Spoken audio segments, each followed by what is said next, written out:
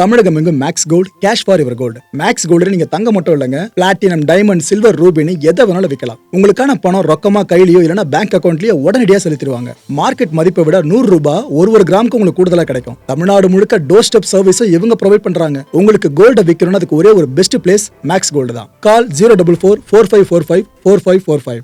வணக்கம். Big topic with Karthik Mayakumar. நடிகை சவுகார் ஜானகி இருக்காங்களே, அவங்க தவறிட்டாங்க மக்களே. இதை பத்தி தான் முழுக்க பார்க்க போற நிகழ்ச்சிக்குள்ள போலாம்.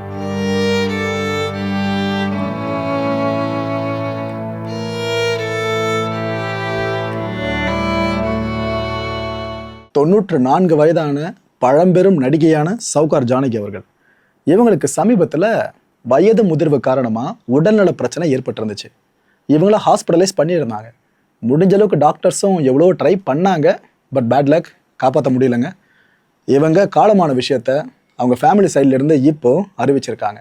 ஸோ அடுத்த கட்ட ஃபார்மாலிட்டிஸ் இருக்குல்ல, அது எல்லாரும் ஆரம்பிச்சிட்டாங்க. இந்த நேரத்தில் ஒட்டுமொத்த இந்திய சினிமா உலகத்தை சேர்ந்தவங்களும் இரங்கல் பதிவுகளை வெளியிட்டவனும் இருந்துட்டு இருக்காங்க. சவுகார் ஜானகி அவர்கள், இவங்களை பற்றி நான் சொல்லி, அதாவது எனக்கு தெரியறதை விட இவங்களோட படங்கள் நிறைய பார்த்துருப்பாங்களே, அவங்களுக்கு ரொம்ப அதிகமாக தெரியும். அதுவும் இவங்க நடித்த படங்களை தாண்டியும் பாடல் காட்சிகள் இருக்குல்ல, அதுவும் இவங்க ஒரு பாடலில் ப்ரெசன்ஸ் கொடுத்தாலே அந்த பாட்டு ஹிட்டுன்ற மாதிரி தான் பல பேர் நம்புவாங்க. அந்த அளவுக்கு பாடல் காட்சிகளில் இவங்க நடித்த பாடல் காட்சிகள் ரொம்ப பெருசாக பேசப்பட்டிருக்கு. இசை மேலே மேலே பெருசாக போக போக அது சார்ந்த காட்சியும் மக்கள் மனசில் பதிவுள்ள அதில் நீங்காத இடத்த பிடிச்சவங்க தான் சவுகார் ஜானகி அவர்கள். இவங்களை பற்றி இந்த தலைமுறையினருக்கு பெருசாக தெரிஞ்சிருக்க வாய்ப்பில்லை. உங்களுக்கு முடிஞ்ச அளவுக்கு அவங்கள பற்றி சொல்கிறேன். சவுகார் ஜானகி அம்மாவை பற்றி, ஆந்திராவோட ராஜமுந்திரி பகுதி இருக்குல்ல, அங்கே பிறந்தவங்க தான் ஜானகி அவர்கள். இவங்களோட அப்பா பார்த்தீங்கன்னா ஒரு காகித மில்லோட அதிபருங்க. ஆக்சுவலாக இந்த வேலை நிமித்தம் காரணமாகவே அவங்க பல பகுதிகளுக்கு இடம்பெயர்ந்து போக வேண்டியதாக இருந்துச்சு. அதன் ஒரு கட்டமாக சென்னைக்கு குடிபெயர்ந்தாங்க. ஆக்சுவலாக இந்த குடும்பம் வேலைக்காக அங்கங்கே குடிபெயர்றாங்களே, அந்தந்த பகுதிகளில் இருக்க மொழிகளை, ரீஜனல் லாங்குவேஜஸை சரளமாக பேச கற்றுக்கிட்டாங்க. இப்படி தான் கன்னடம் நல்லா பேசுகிற குடும்பம் இவங்க குடும்பம். சென்னைக்கு இவங்க வந்த பிற்பாடு சாரதா வித்யாலயா பள்ளி இருக்குல்ல, அங்கே தான் ஜானகி அவர்கள் படிக்கிறாங்க. பள்ளி படிப்பு அங்கே தான் முடிக்கிறாங்க. இந்த குழந்தைகளுக்கான வானொலி நிகழ்ச்சி ஒன்று, அந்த நிகழ்ச்சியில் இவங்க கலந்துக்கிறாங்க, பெர்ஃபார்ம் பண்ணுறாங்க. ஓகேவா, பெர்ஃபார்ம் பண்ணுறாங்க. இப்படியே வானொலி நாடகங்கள் இருக்குல்ல, இதில் ஜானகி அவர்கள் நடிக்கவும் ஆரம்பிக்கிறாங்க. உங்களுக்கு இப்போ ஒரு காட்சியாக தெரிஞ்சு அதில் நடிப்பு திறனை வெளிப்படுத்துறது வேற. ஆனால் இன்னும் ஹை லெவலில் நடிக்கிறவங்கள கருதப்படுறவங்க யார் தெரியுமா? Dubbing artist. ஆக்சுவலாக நாம் ஸ்க்ரீன் ப்ரெசன்ஸை பார்த்து நடிகைகள் ஆக ஓகன்னு கொண்டாடுறோம். ஆனால் டப்பிங் கலைஞர்கள் ஒவ்வொருத்தரும் அந்த வாய்ஸ் எடுப்பாங்களே, அந்த சிச்சுவேஷனுக்கு ஏற்ற மாதிரி கற்பனை பண்ணி அதே இடத்துல நடிச்சு காட்டு தான் மேக்ஸிமம் எடுப்பாங்களே. அப்போ அவங்களுக்கு திறமை எவ்வளோ இருக்க யோசிச்சு பாருங்களேன். இவங்க வானொலி நாடகங்களில் குரல் மூலமாகவே பல ஜாலத்தை நிகழ்த்தினவங்க. காட்சிகளாக பார்த்தீங்கன்னா அது இன்னும் சூப்பராக இருக்கும். அந்த ஒரு டயலாக் போர்ஷன்ஸை கேட்டால் அது இன்னும் மெய் சிலிர்ப்பை ஏற்படுத்தும். இது போல் வானொலி நாடகங்களை ஜானகி பண்ணிட்டு இருந்தாங்களே, அந்த டைமில் பிரபல தயாரிப்பாளரான BN ரெட்டி இருக்கார்ல, இவர் கவனத்துக்கு அந்த நாடகம் வருதுங்க. பரவாயில்லையே, நல்லா பண்ணுற மாதிரி இருக்கு இந்த பொண்ணு, நம்ம கூப்பிடுவோம் அப்படின்ட்டு இவங்கள அழைக்கிறாரு. ஏமா வரியாமா படத்தை நடிக்கிறதுக்கு அப்படின்னு சொல்லிட்டு. ஜானகி அவர்களுக்கும் ரொம்ப பெரிய ஆசை இருந்திருக்கு. ஏன்னா இதெல்லாம் ஆரம்பத்திலே போட்ட விதை தானே. இது போல் வானொலி நாடகங்களை நல்லா பண்ணுறவங்க ஃப்யூச்சரில் சினிமா வாய்ப்பு கிடைச்சா பண்ணலான்ற ஐடியாவில் இருந்திருப்பாங்களே. குணசுந்தரி கதா அப்படின்ற தெலுங்கு பட வாய்ப்பு இவங்களுக்கு வழங்கப்படுது. ஆனால் ஜானகி அவர்களுக்கு நடிக்க ஆசை இருந்தும் பேரண்ட்ஸ் ஒத்துக்கலைங்க. அவங்க என்ன பண்ணிட்டாங்க, இல்லைம்மா ஒரு நல்ல பையனாக பார்க்குறோம், நீ கல்யாணம் பண்ணி செட்டில் ஆகிடு அப்படின்னு சொல்லிட்டாங்க. ஸோ ஜானகி அவர்களுக்கு உறவுக்கார பையன் ஒருத்தரையே திருமணம் பண்ணி வச்சுட்டாங்க அவங்க ஃபேமிலியில் இருக்கவங்க. இதுக்கப்புறமா எங்கேருந்து சினிமா காண்றது? ஏன்னா ஹஸ்பண்ட் ஒருத்தர் இருக்காரு, அவரை தாண்டி எதுவும் பண்ண முடியாதுல்ல. விஜயவாடாவில் இவங்க ஹஸ்பண்டோடு போயிட்டாங்க. அங்கேயே தான் தங்கிட்டு இருந்தாங்க, அங்கே தான் ஃபுல்லாக வசிச்சுட்டு இருக்காங்க.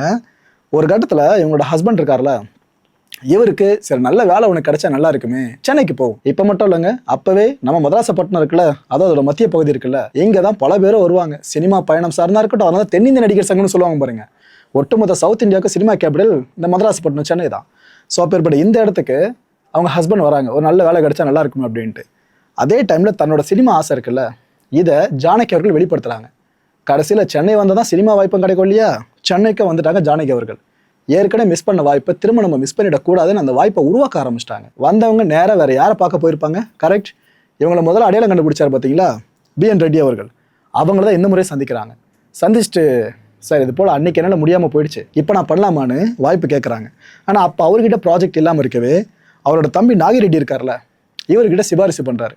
ஏன்பா நல்ல பொண்ணுப்பா, தங்கமான பொண்ணு, சூப்பராக பண்ணுவாங்க, நானே பார்த்து மெய்மறந்து போயிருக்கேன். கண்டிப்பாக படத்தில் பயன்படுத்திக்கலாம்னு அவர் சொல்லவே அண்ணனோட பேச்சை வேதவாக்க எடுத்துக்கிற நாகிரெட்டி அவர்கள் வாய்ப்பு கொடுத்துருக்காங்க. யாருக்கு? ஜானகி அவர்களுக்கு வாய்ப்பு கொடுத்தாங்க. விஜயா ப்ரொடக்ஷன்ஸ் இருக்குல்ல, அந்த பேனர் தயாரிப்பில் பார்த்தீங்கன்னா என்டி ராமராவ் அவர்கள் நடித்த ஷவுகாரு, இந்த தெலுங்கு படம் இருக்குல்ல, இதுதான் ஜானகி அவர்கள் நடித்த முதல் சினிமா படமே. தெலுங்குல தான் முதல் இன்டர்வியூ நடந்திருக்கு. 1950 அந்த படம் ரிலீஸ் ஆச்சுங்க. இந்த படம் நடிக்கிறப்ப அவங்களுக்கு வயசு வெறும் 19 மட்டும்தான் ஜானகி அவர்களுக்கு. இந்த முதல் படத்துல இவங்களோட அழகை பார்த்து பல பேருமே ஆகா ஓகோன்னு பேச ஆரம்பிச்சாங்க. இவங்களோட இயல்பான நடிப்பு இருக்குல்ல, அதை பார்த்துட்டு மெய் மறந்து ஸ்க்ரீனை வச்சுக்கானவங்க பார்க்குறவங்க இருந்தாங்க. கூட நடிக்கிறது யாரு? என்டிஆர் அவர்களாச்சு, அவருக்குலாத ஃபேன் பேஸா. முதல் படத்துலேயே ரசிகர்கள் பட்டாலும் ஹெவி ஆயிடுச்சு. ஸோ தெலுங்குல ஒரு நல்ல ரெக்கக்னிஷனா. இதுக்கப்புறம் என்ன, அப்படியே தமிழ் தான். 1952 வளையாபதி, இந்த படம் தான் சவுகார் ஜானகி அவர்கள் நடித்த முதல் தமிழ் படம். ஸோ சவுகார்ன்ற பேர் எதுக்கு வந்து தெரிஞ்சிச்சா, அவங்க சினிமா இண்டஸ்ட்ரி சார்ந்து நடித்த முதல் படமே ஷவுகார். அதனால தான் சவுகார் ஜானகி நாம இங்கே அழைச்சிட்டு இருக்கோம். இவங்க தமிழ் அறிமுகமான பிற்பாடும் இங்கேயும் சரியான ரெஸ்பான்ஸு. மாடர்ன் தியேட்டர்ஸ், ஜெமினி, ஏவிஎம்னு இத்தனை தயாரிப்பு நிறுவனங்களும் போட்டி போட்டு வராங்க இவங்களை ஒப்பந்தம் பண்ணுறதுக்கு. எல்லா கம்பெனிஸும் ஜானகி அவர்கள் பக்கமே திரும்பினாங்களா. ஸோ தமிழ் சினிமா இண்டஸ்ட்ரியில் இவங்களோட ஆதிக்கம் மெல்ல மெல்ல மெல்ல தலை தூக்க ஆரம்பிச்சது. ஸ்பெசிஃபிக்காக சொல்லணும்னா சோக காட்சிகள் இருக்குல்ல, அதை இவங்க நிறைய பண்ணியிருக்காங்க. இன்ஃபேக்ட் சவுகார் ஜானகின்னு சொன்னாலே பல பேருக்கும் இந்த சோகமாக நடிப்பாங்களா அவங்களாப்பா அப்படின்னு தான் சொல்லுவாங்க. இந்த எமோஷ்னலை கன்வே பண்ணுற காட்சிகள் நடிக்கிறது ரொம்ப கஷ்டம். அதுவே அவங்க ஜஸ்ட் லைக் தட்னு பண்ணிடுறாங்கன்னா மற்ற காட்சிகளை யோசிச்சு பாருங்க. வீரம் மிகுந்த காட்சிகளாக இருக்கட்டும், பாசத்தை வெளிப்படுத்துகிற காட்சியாக இருக்கட்டும், கோபத்தை கொப்பளிக்கிற காட்சியாக இருக்கட்டும், நகைச்சுவை ததும்புற காட்சியாக இருக்கட்டும், இது எல்லாத்துலேயும் ஒரு கை பார்த்து பர்ஃபார்ம் பண்ணுறவங்க தான் ஷவுகார் ஜானகி அம்மா. 4 சிஎம்களோடு கலை சேவை செய்ததும் இவங்களோட பயணத்தில் முக்கியமான மைல்ஸ்டோனாக அமைஞ்சிருக்குங்க. ஜானகி அவர்கள் பயணத்தில் குறிப்பிட்டு சொல்லணும்னா என்டிஆர் அவர்கள் கூட நடித்தாங்களா, எம்ஜிஆர் அவர்கள் கூட நடிச்சிருக்காங்க. கருணாநிதி அவர்களோடு ஒர்க் பண்ணியிருக்காங்க. எழுத்து பணி சார்ந்து இவங்க அந்த எழுத்துக்களை உதிர்த்து, அதுக்கப்புறம் ஜெயலலிதா அவர்கள் சார்ந்தும் இவங்க சேர்ந்து ஒர்க் பண்ணியிருக்காங்க. இவங்க இல்லாமல் சிவாஜி கணேசன், ஜெமினி, நாகேஸ்வர் ராவ்னு இத்தனை பேர் கூட நடிச்சிருக்காங்க. ஒவ்வொருத்தரும் எப்பேற்பட்ட ஆளுமை பார்த்தீங்களா. எல்லார் கூடயும் ஒர்க் பண்ண பெருமிதம் இவங்களுக்கு இருக்குது. தமிழ், தெலுங்கு, கன்னடம், மலையாளம்னு கிட்டத்தட்ட 400 படங்களை நடிச்சிருக்காங்க ஷவுகார் ஜானகி அம்மா. எல்லா மொழி படங்கள்லையும் ஜானகி அவர்கள் டப்பிங் பண்ணுவாங்க. இது சம விஷயங்க. அதான் முதல்ல சொன்னல, இவங்க குடும்பத்தில் தென்னிந்திய மொழிகள் எல்லாருக்குமே தெரியும். கிட்டத்தட்ட அந்த அளவுக்கு போராட்டங்கள், அவங்க வேலை நிமித்தமாக அங்கங்கே குடிப்பெறான்னு சொன்னல, அங்கே ஃபுல்லாக எல்லா மொழிகளும் கற்றுக்கிட்டாங்களே. ஸோ இவங்க எந்த மொழி படத்தில் நடிக்கிறாங்களோ அதுக்கு டப்பிங்க்கு வேறு ஆர்டிஸ்ட்லாம் பயன்படுத்துறதில்ல, இவங்களே பண்ணுவாங்க. இன்ஃபேக்ட் இதுதான் சரியான விஷயமும் கூட. நிறைய நடிகைகள் பார்ப்பீங்களா, எனக்கு தமிழ் வராது அப்படின்னு சொல்லிட்டு ஒதுங்கிடுவாங்க. அவங்களுக்கு பதிலாக வேற யாரும் டப்பிங் கொடுப்பாங்க. அந்த டப்பிங் கலைஞர்கள் குரல் சூப்பராக இருக்கும், மாடுலேஷன் பீக்கில் இருக்குன்னா ப்ரொஃபஷனலாக பண்ணுறவங்க. ஆனால் அந்த நடிகை ஸ்பாட்டில் சொதப்பிருப்பாங்களே, அதோடு மேட்ச் பண்ணுறப்ப சரியாக வராமையே போயிடும். அந்த தலைவலிலாம் அப்போ கிடையாதுங்க. ஏன்னா அந்தளவுக்கு இவங்களே தன்னோட குரலில் ஒரு மொழி சார்ந்து டப்பிங் பேசியிருக்காங்க. கே பாலச்சந்தர் அவரோட நாடகங்கள் இருக்குல்ல, இந்த நாடக மேடை ஏறினதும் இவங்களோட புகழ் கிரீடத்தில் இருக்க இன்னொரு வைரக்கல்னு சொல்லலாம். கிட்டத்தட்ட 300க்கும் மேற்பட்ட நாடக மேடையிலையும் இவங்க தோன்றி இருக்காங்க. இவங்க 2 சினிமா படங்களை ப்ரொடியூஸும் பண்ணியிருக்காங்க. எவ்வளோ வேர்சடைலான ஃபேஸ் பாருங்க இவங்களுக்கு. இவங்களோட தங்கை கிருஷ்ணகுமாரி கேள்விப்பட்டிருப்பீங்கன்னு நினைக்கிறேன். அவங்களும் பிரபல நடிகை தான். ஸோ ஒரே குடும்பத்திலிருந்து 2 பெரிய ஸ்டார்ஸ். சந்தானம் அவர்கள் நடிப்பில் ரிலீஸ் ஆகிருந்த பிஸ்கோத்து படம் இருக்குல்ல, இந்த படம் தான் ஷவுகார் ஜானகி அம்மா நடிச்சிருந்த கடைசி தமிழ் படம். அதுக்கப்புறம் தமிழ் படங்களில் அவங்க நம்ம பார்க்க முடியாத சூழல் ஏற்பட்டுருச்சு. ஜானகி அம்மாவுக்கு 2 மகள்கள், 1 மகன். இதில் ஜானகி அம்மாவோட பேத்தி, அவங்க பேர் வைஷ்ணவி அரவிந்த், அவங்களும் ஆக்ட்ரஸ் தான். இந்த தமிழ், தெலுங்கு, மலையாள சினிமா இண்டஸ்ட்ரியிலையும் அவங்க படங்கள் பண்ணியிருக்காங்க. கிட்டத்தட்ட பாட்டியை அப்படியே சாயலை ஒத்து இருக்கவங்க தான் அவங்களோட பேத்தியான வைஷ்ணவி அவர்களும். தெலுங்கு சினிமா விருது கமிட்டி இருக்குல்ல, இதோட தலைவராக செயலாற்றுனதும் ஷவுகார் ஜானகி அவர்கள் தான். எவ்வளோ பேர் ஆளுமை பாருங்க. தோட்டக்கலையில் தனித்திறமைங்க ஜானகி அம்மாவுக்கு. 1965 வருஷம் சென்னையில் வச்சு சத்ய சாய்பாபா இருக்கார்ல, இவரை சந்திக்கிறாங்க. அப்போல்லாம் இவரை பார்க்கறது கடவுளை பார்க்குற மாதிரி தான் எல்லாருமே குவிவாங்க. இவரை சந்தித்த அந்த தருணத்தில் இருந்து இவரை குருவாக ஏற்றுக்கிட்டாங்க ஜானகி அம்மா. அதுக்கப்புறம் அவங்க வாழ்க்கையில் நிறைய அற்புதங்கள் நடந்ததா ஜானகி அம்மாவே பலமுறை சொல்லியிருக்காங்க. அந்தளவுக்கு தீவிரமான சத்ய சாய்பாபாவை ஃபாலோ பண்ணுறவங்களா ஜானகி அம்மா இருந்தாங்க. ஜானகி அம்மா அவர்கள் வசம் பல விருதுகள், அதுவும் வாழ்நாள் சாதனையாளர் விருது இருக்குல்ல, அதுக்கு நீங்கள் தனி லிஸ்ட்டு போடலாம், அவ்வளோ இருக்குது. ஃபிலிம்ஃபேர் வாழ்நாள் சாதனையாளர் விருதை ஜானகி அம்மா வென்று இருக்காங்க. மகாநதி சாவித்திரி விருது இருக்குல்ல, அதுவும் உங்கள் கைகள் அலங்கரிச்சிருக்கு. கௌரவ டாக்டர் பட்டமும் வழங்கப்பட்டுச்சு அரிசோனாவில். சிறந்த நடிப்பிற்கான நந்தி விருதும் கொடுக்கப்பட்டுச்சு. அப்புறம் அந்த வாழ்நாள் சாதனையாளர் விருது கேட்டகரியிலே பார்த்தீங்கன்னா சைமா, அப்புறம் செவாலியர் சிவாஜி கணேசன் விருது, நாகேஸ்வர் ராவ் விருதுன்னு இத்தனை வாழ்நாள் சாதனையாளர்கள் விருதும் அம்மாவோட கையில் அலங்கரிச்சு இருந்துச்சு. கலைமாமணி விருதும் வாங்கியிருக்காங்க. இதுக்கெல்லாம் மேலே கடந்த 2022 வருஷம் பத்மஸ்ரீ விருதும் ஜானகி அம்மாவுக்கு வழங்கப்பட்டிருந்துச்சு. கமல்ஹாசன் அவர்கள் இந்திய சினிமா பொறுத்த வரைக்கும் கலை ஞானி இல்லை. இவர் இப்போ உருக்கமாக ஒரு பதிவை போட்டிருக்காருங்க. அது என்ன சொல்கிறாரு, 40 வருஷம் இணைந்து பணியாற்றணும் 2 பேருமே. அவர் அம்மா, நான் பிள்ளை. தென்னிந்தியாவோட தவிர்க்க முடியாத நடிப்பு கலைஞர் தான் ஷவுகார் ஜானகி அம்மா.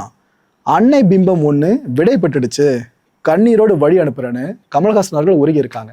இன்னொரு பக்கம் சிஎம் விஜய் அவர்களும் இரங்கல் பதிவை வெளியிட்டிருக்காங்க.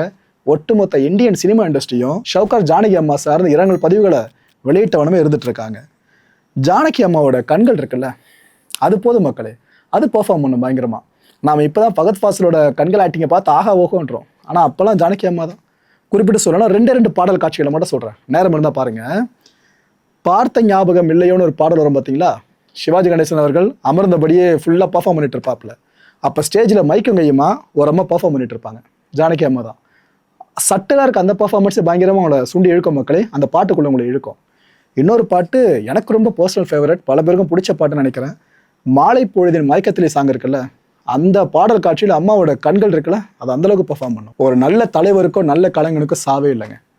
ஷவுகார் ஜானகி அம்மாவோட ஆன்மா சாந்தடையும் பிரார்த்தனை பண்ணும். அடுத்த நிகழ்ச்சியை சந்திக்கலாம். நன்றி, வணக்கம். தமிழகம் எங்கும் Max gold, cash for your gold. Max gold நீங்க தங்க மட்டும் இல்லைங்க, பிளாட்டினம், டைமண்ட், சில்வர், ரூபினி எதை வேணாலும் விற்கலாம். உங்களுக்கான பணம் ரொக்கமா கையிலயோ இல்லைன்னா பேங்க் அக்கௌண்ட்லயோ உடனடியாக செலுத்திடுவாங்க. மார்க்கெட் மதிப்பை விட 100 ரூபாய் ஒரு கிராமுக்கு உங்களுக்கு கூடுதலா கிடைக்கும். தமிழ்நாடு முழுக்க டோர் ஸ்டெப் சர்வீஸும் இவங்க ப்ரொவைட் பண்றாங்க. உங்களுக்கு கோல்ட விற்கணும்னு அதுக்கு ஒரே ஒரு பெஸ்ட் பிளேஸ் மேக்ஸ் கோல்டு தான். கால் 04445454545. எல்லா வீடியோஸ்க்கான நோட்டிபிகேஷன் உங்களுக்கு வரணும்னாக்கா சேனலை சப்ஸ்கிரைப் பண்ணிட்டு கீழே ஒரு பெல் ஐகான் இருக்கும், ஆல் நோட்டிபிகேஷன். அதை கிளிக் பண்ணிடுங்க. அதை கிளிக் பண்ணா மட்டும்தான் நான் போடுற வீடியோஸ் ஒன்று நீங்க பார்க்க முடியும்.